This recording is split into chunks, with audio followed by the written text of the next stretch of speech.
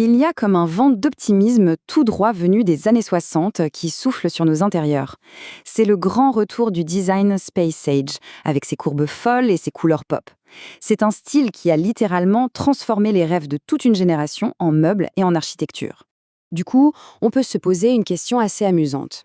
Pourquoi est-ce que notre vision du futur ressemble tout à coup aux années 60? C'est ce paradoxe fascinant qu'on va décortiquer ensemble. Bon, pour commencer, mettons-nous d'accord sur ce qu'est le design Space Age. C'est simple. C'est un mouvement qui est né dans l'enthousiasme de la conquête spatiale. On oublie les angles droits, on oublie la rigidité, et on dit bonjour aux formes organiques, à l'esprit ludique, et surtout à un optimisme qui regarde vers les étoiles. Allez, on plonge dans le vif du sujet. Première partie, rêver des étoiles. On va voir comment la course à l'espace a pu façonner à ce point l'imaginaire et les créations de toute une époque. Pour bien comprendre, il faut se remettre dans l'ambiance un peu schizophrène des années 60. D'un côté, on a la guerre froide, l'angoisse nucléaire, une ambiance assez lourde. Et de l'autre, un optimisme technologique incroyable porté par cette fameuse course à l'espace. Le Space Age, il naît de ça, en Californie. C'est une réponse pleine de joie et de couleurs à la morosité ambiante. L'idée, c'était de créer un futur qui soit à nouveau désirable, léger et fun. Et là, on a un changement d'échelle qui est juste fondamental. L'inspiration n'est plus du tout tournée vers le microscopique, vers l'atome, comme dans les années 50. Non, elle devient macroscopique. On lève les yeux et on regarde le cosmos. La rupture avec l'époque d'avant, l'âge atomique des années 50, est vraiment flagrante. Avant, on avait des formes en boomerang asymétriques inspirées de la science nucléaire. 10 ans plus tard, boum, le Space Age arrive avec des sphères, des formes monoblocs qui rappellent les fusées, les soucoupes volantes. Même les matériaux changent du tout au tout, on laisse tomber le formica et les contreplaqués pour le plastique moulé et la fibre de verre et les couleurs. N'en parlons pas, elles explosent. On passe des pastels à des oranges vifs, du blanc pur, de l'argenté. En fait, l'identité visuelle du Space Age, elle tient en 3 points clés.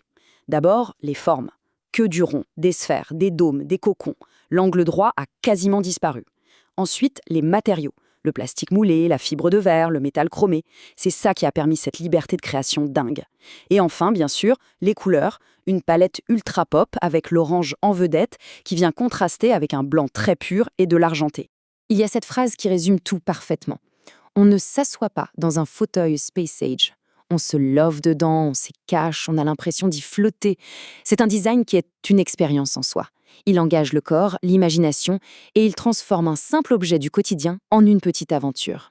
Et bien sûr, derrière ce mouvement, il y a des designers de génie. Prenez le Finlandais Eero Aarnio et sa fameuse Ball Chair.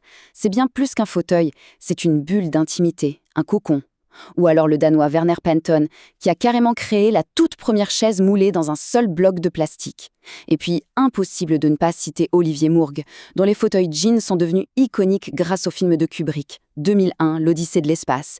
Ils sont devenus le symbole du mobilier du futur.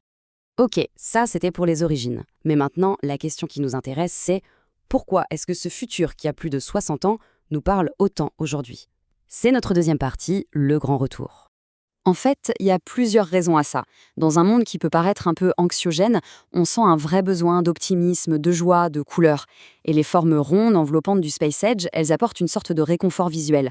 Il y a aussi une nouvelle génération qui découvre ce style avec un regard tout neuf, sans le contexte de l'époque, et qui y voit un moyen génial d'exprimer sa personnalité, loin des codes parfois trop rigides du design minimaliste. Mais attention, l'approche n'est plus du tout la même.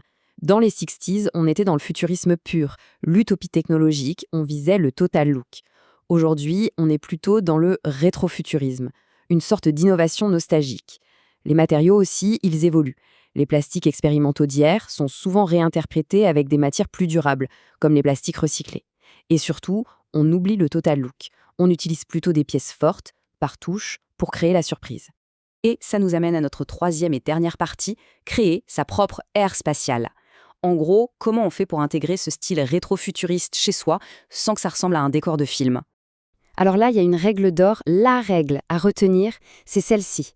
La clé, c'est la modération et le mélange des styles. Le total look, c'est vraiment l'erreur à ne pas commettre. Du coup, voici 5 principes pour réussir son coup. Premièrement, la parcimonie. On choisit 1 ou 2 pièces fortes, pas plus. Le but n'est pas de faire un musée. Deuxièmement, le contraste. On marie ces pièces avec du mobilier classique, minimaliste ou même rustique pour les faire ressortir. Troisièmement, le mix de matières. On associe le plastique et le chrome avec des matériaux naturels comme le bois ou la laine pour réchauffer l'ensemble. Quatrièmement, le jeu des couleurs. On utilise les teintes pop comme des touches d'accent dans une palette globale plus neutre. Et enfin, cinquièmement, on mise sur la modernité en préférant des rééditions actuelles plus faciles à intégrer. Pour être encore plus concret, un fauteuil iconique, par exemple, peut devenir la pièce maîtresse d'un coin lecture, simplement posé à côté d'une table en bois brut et devant un mur blanc. Un luminaire Spoutnik, il sera magnifique suspendu au-dessus d'une table de salle à manger, même dans un loft au style industriel. Une petite table basse en plastique, elle, va créer un contraste super intéressant avec un grand canapé en tissu tout doux. Et parfois même, des simples accessoires comme des vases ou une horloge posée sur une étagère, ça suffit pour donner le ton, surtout si on les mélange avec des objets en céramique et les plantes. Finalement, on comprend bien que le but du jeu, ce n'est pas du tout de faire une reconstitution historique. L'objectif, c'est de créer la surprise, de lancer une conversation et surtout d'injecter une bonne dose de fun et d'audace dans son intérieur. Et tout ça, ça nous laisse avec une dernière question, un peu plus philosophique peut-être. Est-ce que l'optimisme un peu fou du futur d'hier ne pourrait pas nous inspirer aujourd'hui à construire un meilleur lendemain? La question reste ouverte.